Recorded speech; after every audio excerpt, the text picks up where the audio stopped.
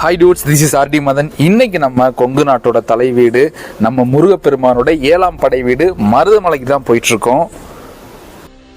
Bharathiyar university cross பண்ண உடனே மருதமலை வந்துடும். எப்போ இந்த மருதமலை வந்தாலுமே அந்த கிளைமேட்டு வேற லெவலில் இருக்குங்க. இந்தியா எப்படி 3 பக்கம் கடலால் சூழப்பட்டிருக்கோ அந்த மாதிரி மருதமலை வந்து 3 பக்கமே மலைகளால் சூழப்பட்டதான் அதோட சிறப்பு. ஸோ தூரத்துலேருந்து பார்த்தீங்கன்னா உங்களுக்கு அந்த கோவில் தெரியும். ஸோ இந்த கோவில் எப்படி இருக்கும்னா, தூரத்துலேருந்து பார்க்குறப்ப ஒரு மயில் வந்து தோகை விரித்து ஆடிட்டு இருக்கிற மாதிரி இருக்கும். அதுதான் இதோட சிறப்பே.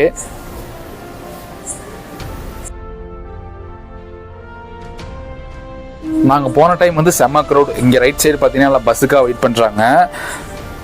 அதே மாதிரி பின்னாடி பார்த்தீங்கன்னா தெரியும், அவ்வளோ பைக்ஸ் அண்ட் கார்ஸ் வந்து உள்ளே போகிறக்க வெயிட் பண்ணிருக்காங்க. உள்ளே என்ட்ரி டிக்கெட் வந்து 10 ரூபீஸ் தான் பைக்குக்கு. அதை வாங்கிட்டு நேரம் நம்ம மேலே உள்ளே போக ஆரம்பிச்சிடலாம். இந்த ரூட்டில் வந்து ஒன்லி வெஹிக்கிள்ஸ் மட்டும் தான் அலவுடு. நம்ம நடந்து போகிறதுக்குலாம் எந்த அலவுடுமே கிடையாது. ஏன்னா இப்போ ரீசெண்ட் டைம் கூட கேள்விப்பட்டிருப்பீங்க, இங்கே சிறுத்தை நடமாட்டம் அதிகமாக இருக்கும். அதுக்கப்புறம் வந்து யானையோட நடமாட்டம் இருக்குது. அதனால டே டைம் மட்டும் தான் அதுவும் வெஹிக்கிள்ஸ் அலவுடு. நைட் டைம் வந்து இங்கே அலவுடே கிடையாது.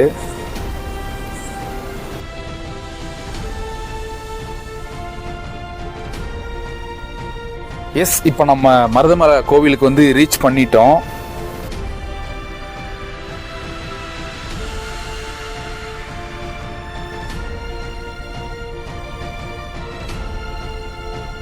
மருதமலை கோவிலில் மொத்தமாக வந்து 837 படிக்கட்டுகள் அமைஞ்சிருக்கு.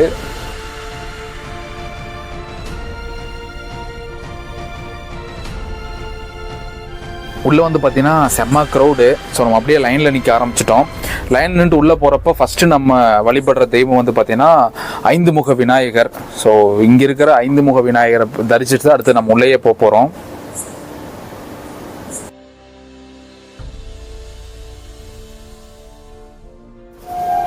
இதுதான் கோயிலுடைய கருவறையும் முன் மண்டபமும்.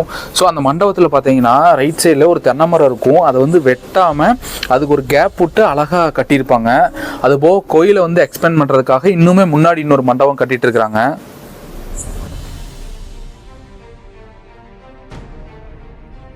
இந்த கோவில் வந்து எவ்வளவு பழமையானதுன்னா, அருணகிரிநாதர் அவர்களால் தேவாரம் பாடப்பெற்ற தலமான திருமுருகன் பூண்டியில் கிடைச்ச கல்வெட்டுகளில் வந்து மருதமலை பற்றிய குறிப்புகள் இருக்குது.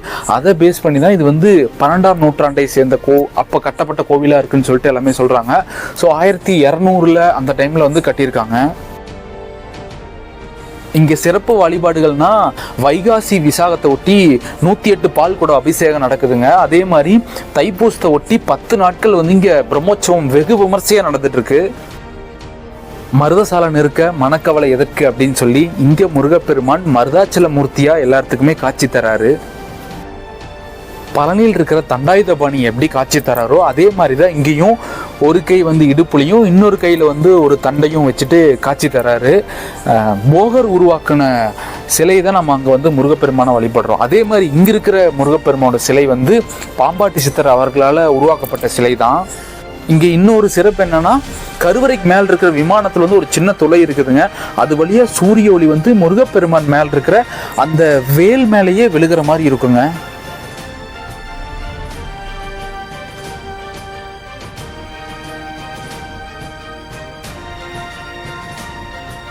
இந்த பகுதியில் வந்து மருத மரங்கள் அதிகமாக இருக்கிறதுனால இதை வந்து மருதமலைன்னு சொல்கிறாங்க. அண்ட் கோவிலோட ஸ்தல விருட்சமாகவும் இந்த மருத மரம் தாங்க இருக்குது.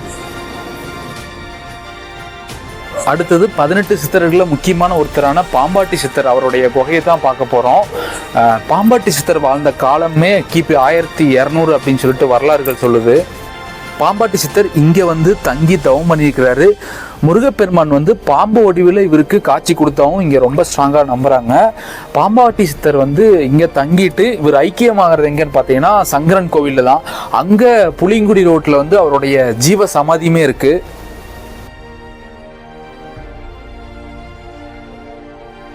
இதுதாங்க அவர் தங்கி தவமன குகை. இதுக்குள்ள வந்து ஒரு பாறை வந்து பாம்பு வடிவில் இருக்குங்க. அந்த பாறைக்குள்ளமே பார்த்தீங்கன்னா ஒரு பாம்பு நெளிஞ்சிட்டு இருக்க மாதிரி இருக்கும்.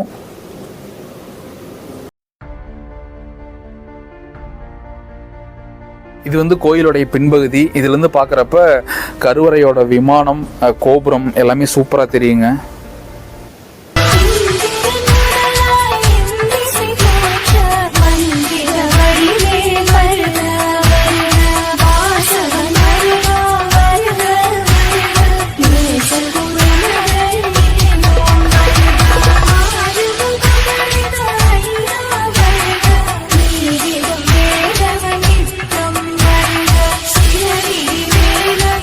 நாங்கள் வந்தப்போ வந்து எல்லாத்துக்குமே வெண்பொங்கல் வந்து பிரசாதமாக கொடுத்தாங்க.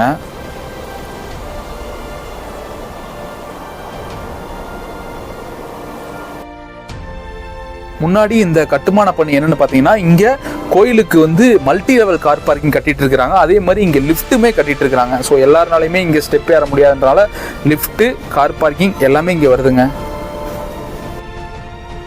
மணி வந்து இப்போ பார்த்தீங்கன்னா மதியானம் 1 மணி. இங்கே இருக்கிற கிளைமேட்டுக்கும் பின்னாடி இருக்கிற மேகத்துக்கும் பார்க்கறதுக்கு வேற லெவலில் இருக்குதுங்க.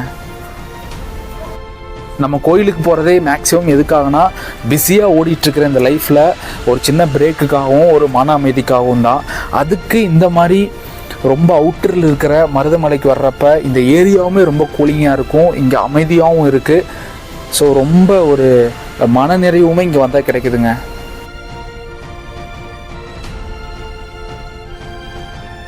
கோயம்புத்தூர் இருக்கிறவங்க கண்டிப்பாக இதை விசிட் பண்ணியிருப்பீங்க. இன்கேஸ் நீங்கள் வெளியூரில் இருந்தீங்கன்னா கோயம்புத்தூர் எப்போ வந்தாலுமே கண்டிப்பாக மருதமலை கோயில் போயிட்டு போங்க. இங்கே மருதமலையில் இலந்த வடை ரொம்ப ரொம்ப ஃபேமஸ். இங்கே வந்தீங்கன்னா கண்டிப்பாக டேஸ்ட் பண்ணுங்கள். அண்டு உங்கள் ஃப்ரெண்ட்ஸ் யாராச்சும் முருக பக்தர்கள் இருந்தாங்கன்னா கண்டிப்பாக இந்த வீடியோ ஷேர் பண்ணி மருதமலைக்கு போயிட்டு வர சொல்லுங்கள். And this is RD Madan. நான் இன்னொரு வீடியோவில் உங்களை சந்திக்கிறேன். சப்ஸ்கிரைப் பண்ண மாதிரி தான் மறக்காமல் சப்ஸ்கிரைப் பண்ணிடுங்க.